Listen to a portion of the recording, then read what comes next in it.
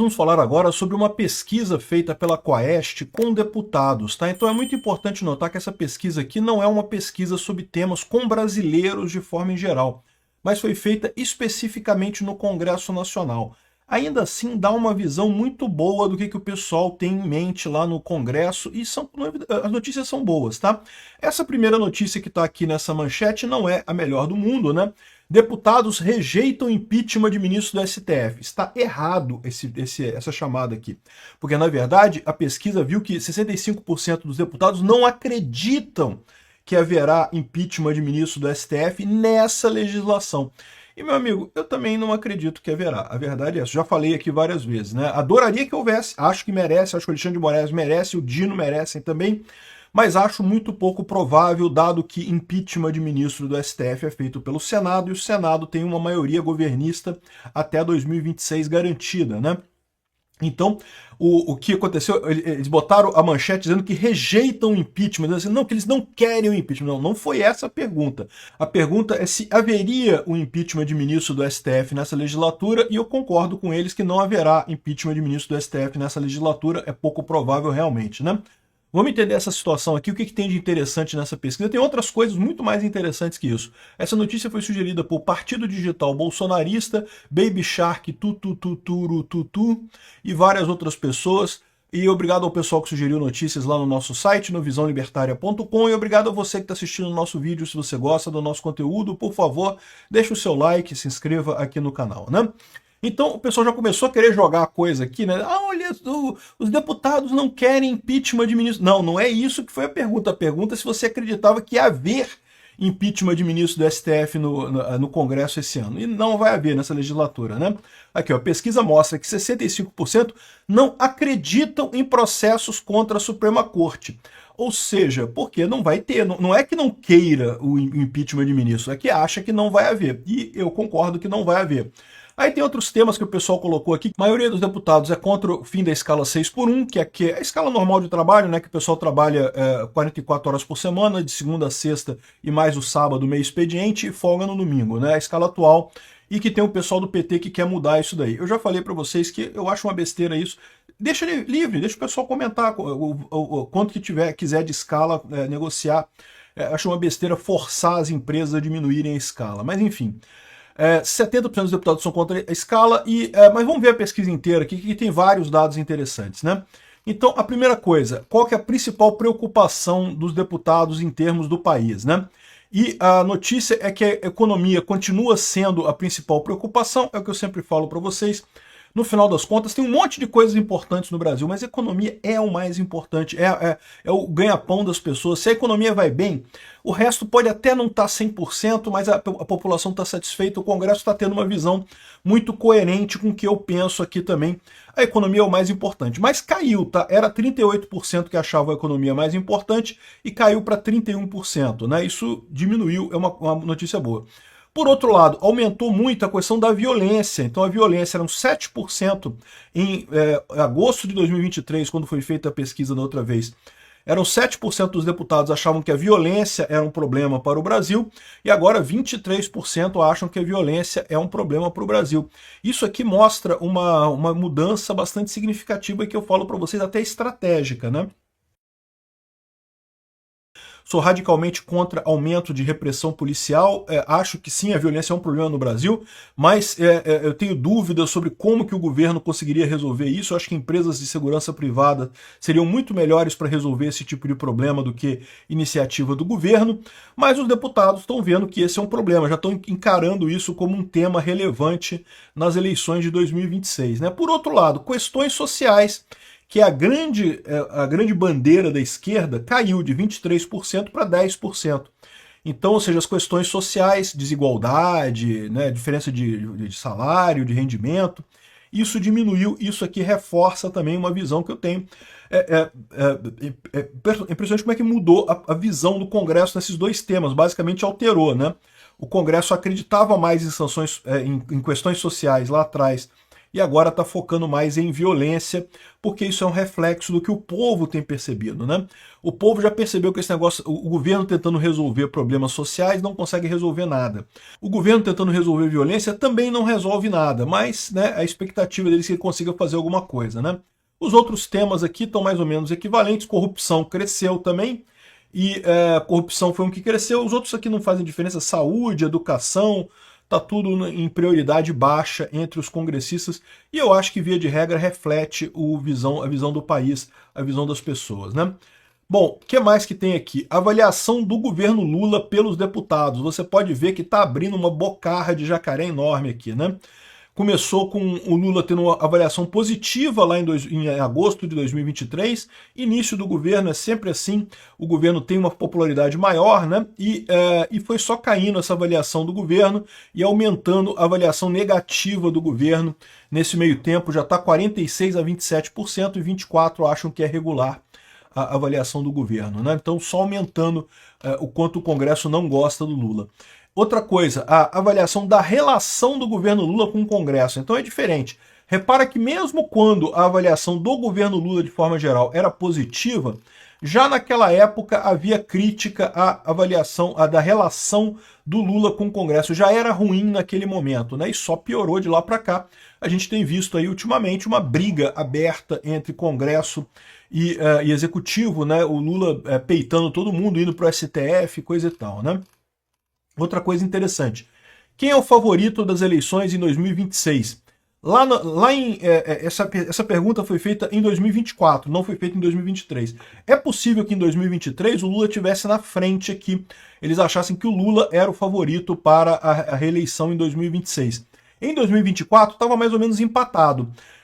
46% acreditava que o candidato da oposição era o favorito e 43% acreditavam que o Lula, ou o candidato do governo, seria o favorito, mas estava mais ou menos empatado. Agora abriu uma bocarra de jacaré aqui, ó. 50% acham que o candidato da oposição tem mais chance de ganhar em 2026 e só 35% que acha que o Lula é o favorito para 2026. É a queda de popularidade do governo Lula que a gente tem visto com muita força por aqui, né?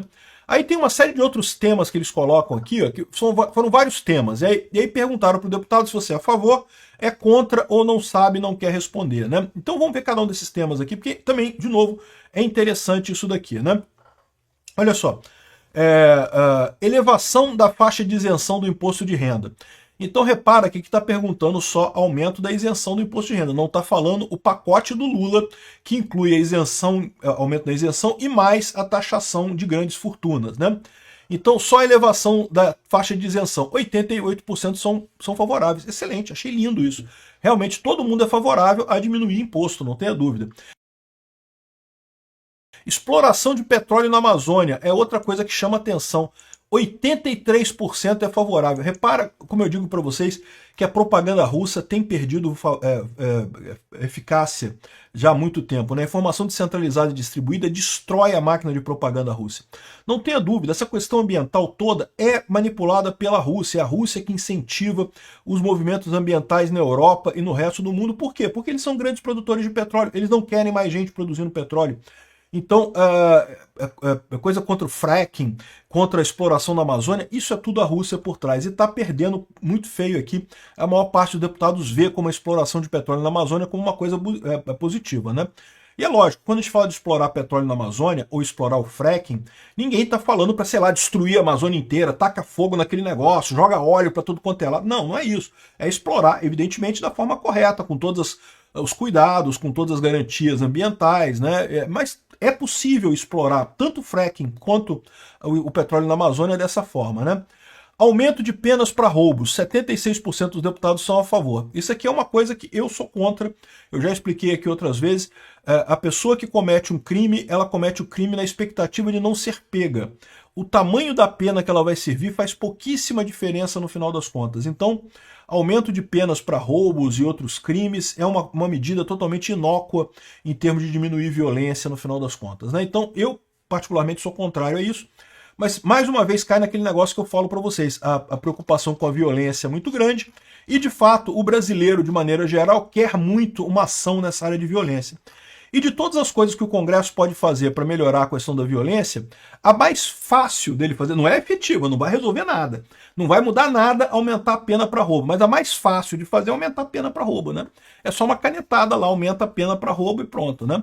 É muito mais difícil você fazer a polícia de fato correr atrás de quem rouba. Isso sim é que é difícil. E é aí que eu falo para vocês que a polícia privada, que as empresas de segurança privada seriam muito melhores, porque é interesse dessas empresas resolver casos de roubo, né? Fim da reeleição para o executivo também tem grande aprovação do Congresso. Reforma tributária também tem grande aprovação do Congresso, infelizmente. Eu sou contra essa daqui. Proibição de apostas online por beneficiários do programa social. Também já está mais ou menos meio a meio aqui, mas ainda tem a maior parte a favor. Eu sou contrário a isso, eu acho que a pessoa recebeu o dinheiro, ela faz com o dinheiro que ela recebeu o que ela quiser. Além disso, há uma dificuldade muito grande de você implementar esse tipo de coisa. Como é que você vai garantir que a pessoa de fato não apostou, né?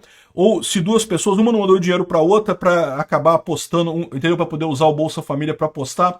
Tipo, eu tenho um amigo meu que também recebe Bolsa Família. Eu recebo Bolsa Família e meu amigo recebe Bolsa Família. Nós dois queremos jogar no Tigrinho, mas não permite eu jogar no Tigrinho direto. Beleza, eu mando dinheiro pro meu amigo manda dinheiro para mim. Agora esse dinheiro que caiu na minha conta não é mais do INSS, não é mais do Bolsa Família, é o meu amigo que me deu, então eu posso gastar no Tigrinho. O meu amigo também recebeu o meu dinheiro, não é do Bolsa Família, ele pode gastar no Tigrinho.